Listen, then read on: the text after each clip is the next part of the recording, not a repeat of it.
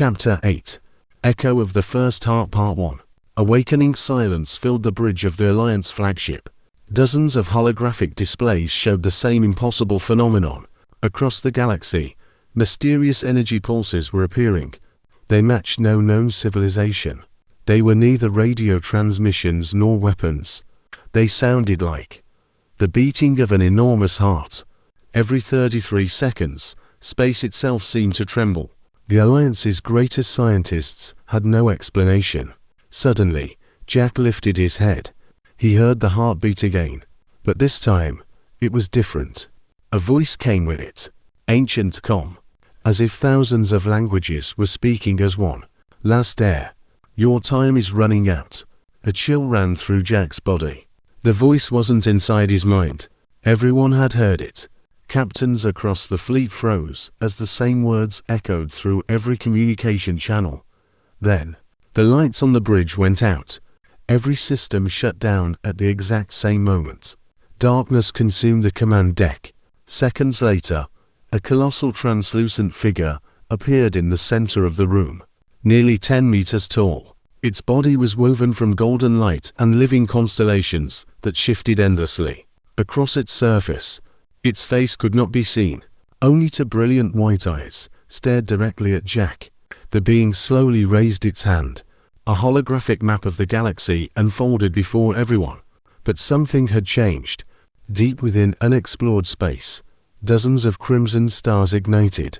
Each one represented another seal, and one after another. They began to shatter on their own. A wave of horror swept across the bridge. The Alliance realized the terrible truth. Jack had not destroyed the first seal. He had only triggered the beginning of a chain reaction. The ancient voice echoed once more through the silence. He has already awakened. The giant figure vanished instantly. Yet something remained. Floating silently, where it had stood, was a small black crystal.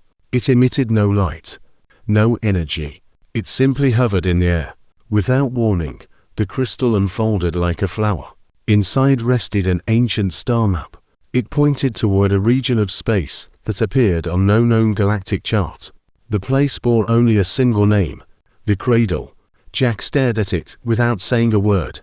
Deep inside, he knew. Every answer he had searched for throughout his life awaited him there. But so did something else. Something that should never have awakened. Part 2. The Cradle. The silence on the bridge continued for several seconds. After the entity disappeared, no one moved.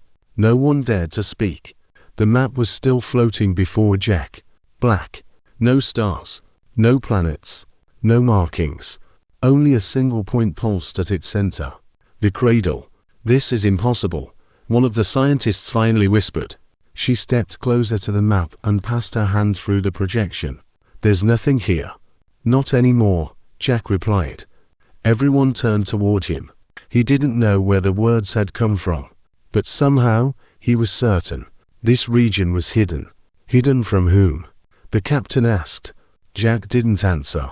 Because at that exact moment, the black crystal came alive again. Thin golden lines appeared across its surface. They formed a symbol. The same symbol Jack had seen years ago on his father's medallion. His heart tightened. No. Jack reached out and touched the crystal. The instant his fingers made contact, the world disappeared. He found himself standing in an endless darkness. Someone was standing before him. An old man, tall, wearing long silver robes. His face was hidden beneath a hood. Who are you? Jack asked. The man slowly raised his head. Jack saw his eyes. They were exactly like his own. Golden. You finally came, the stranger said. You know me. I have been waiting for you. Thousands of stars suddenly appeared around them, but they weren't real stars. They were memories. Jack saw an enormous city. Towers made of white crystal rose high above a distant planet. Massive ships moved silently through the sky. Ships belonging to the architects. Then the image changed. He saw war.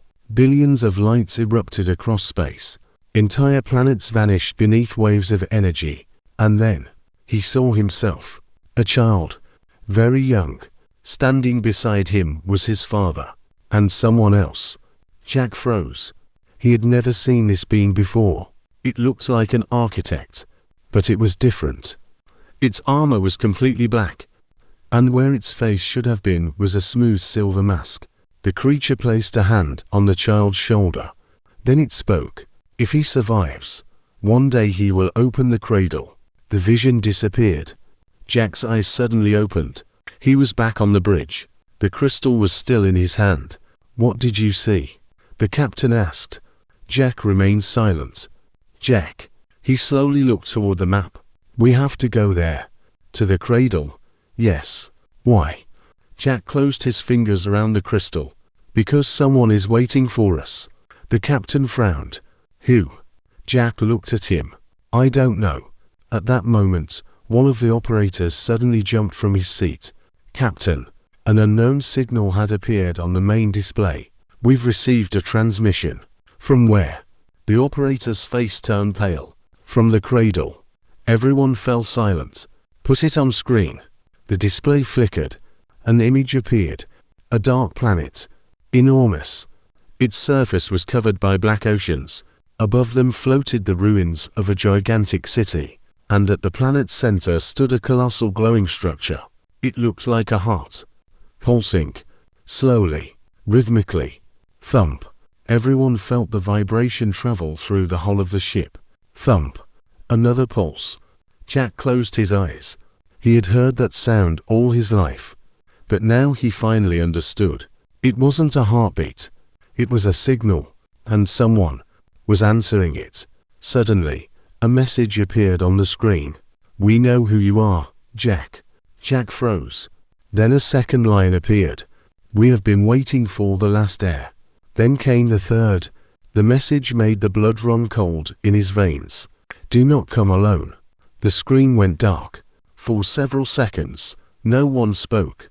Then the captain slowly turned toward Jack. What does this mean?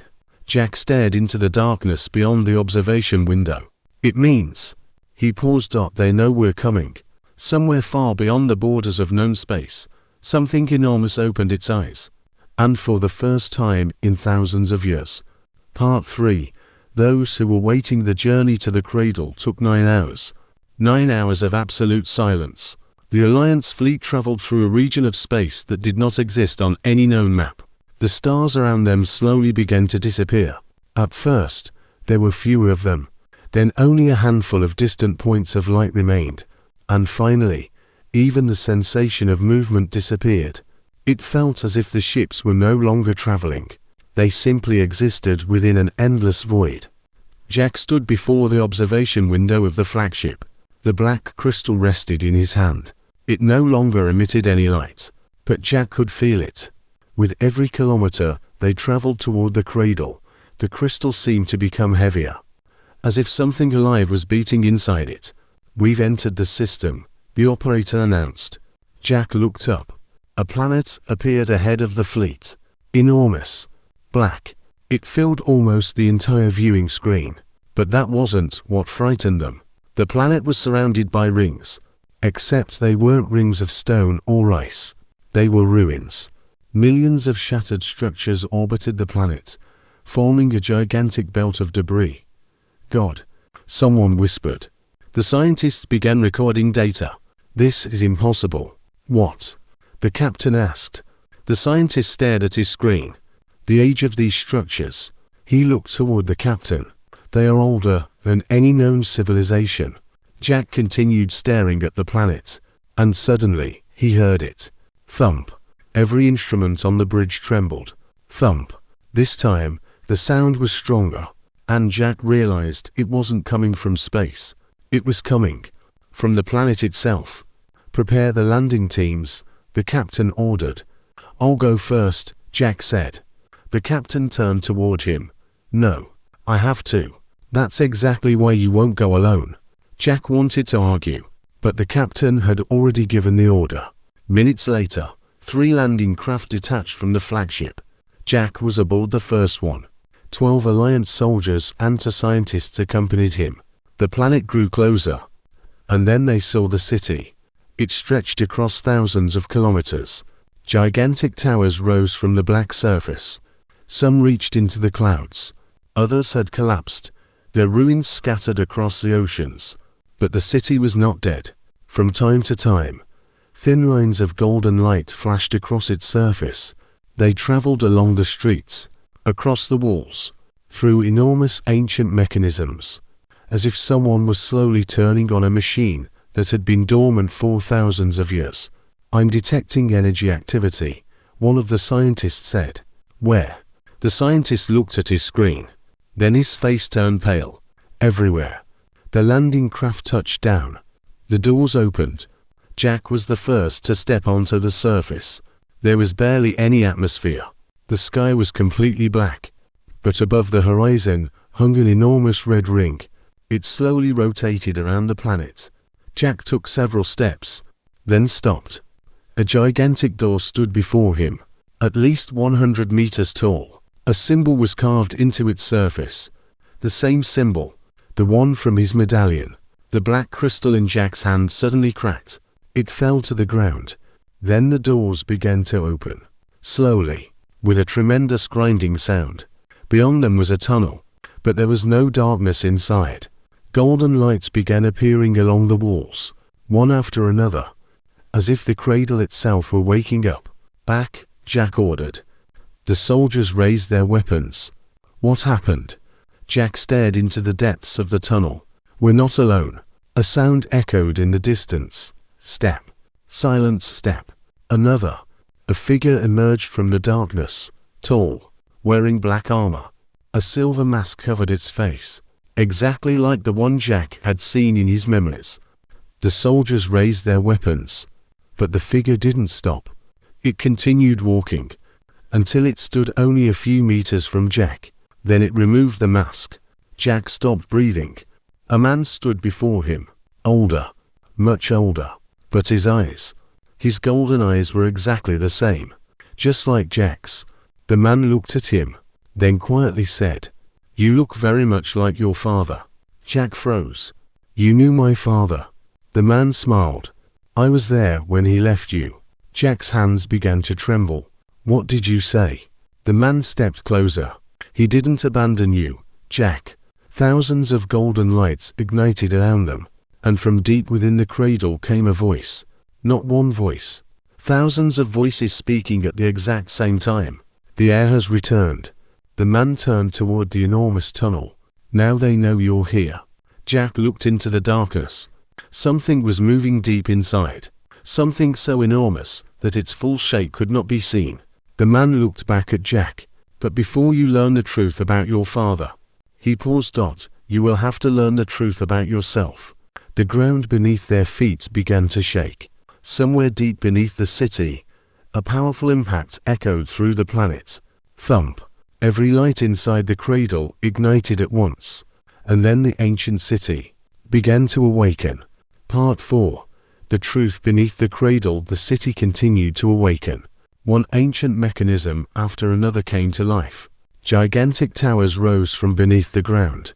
Golden energy lines raced across the surface of the streets, and deep beneath them, something enormous continued to beat. Thump. The ground trembled. Thump. Jack looked at the man in black armor. "Who are you?" The man remained silent for a long moment. Then he answered, "My name was Kale." Jack frowned. The name meant nothing to him. "You were an architect." Kale smiled faintly. "No." He removed one of his gloves. The same golden symbol that appeared on Jack's medallion was glowing in the center of his palm. "I was one of those who guarded them." "Guarded them from what?" Kale looked into the depths of the cradle. "From themselves." Jack felt a chill run down his spine. "What does that mean?" "The architects didn't create the seals to keep something out." He paused. "They created them to keep something in." At that moment, one of the scientists suddenly stared at his scanner. "Jack." He handed him the device. A massive energy structure appeared beneath the planet's surface. It was so enormous that it occupied almost the entire core of the planet. "This is impossible," the scientist whispered. "What is it?" Jack asked. The scientist looked up. "I don't know." Kale answered for him. "You do know." Jack turned toward him. "What?" "You've heard it your entire life." Jack froze. Thump. This time, the sound was inside him, not outside. Inside. He placed a hand against his chest. The heart. Cale nodded. Yes. Is that it?